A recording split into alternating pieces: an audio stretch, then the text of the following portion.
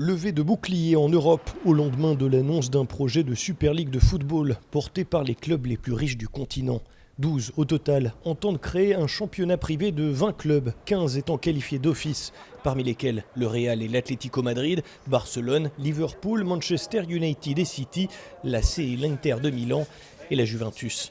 Le projet vise à concurrencer la Ligue des champions de l'UEFA qui a dit toute sa colère dans un communiqué. Nous resterons unis pour arrêter ce projet cynique basé sur les intérêts particuliers de quelques clubs, déclare la Fédération européenne. Le Paris Saint-Germain et le Bayern de Munich auraient refusé l'offre de projet qui ne comprend que des clubs espagnols, italiens et britanniques.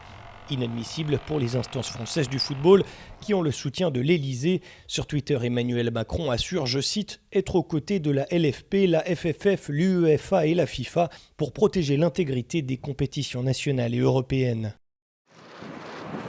De l'autre côté de la Manche, Boris Johnson, dont le pays compte pourtant 5 des 12 clubs impliqués, se dit aussi opposé à un projet, je cite, nuisible au football.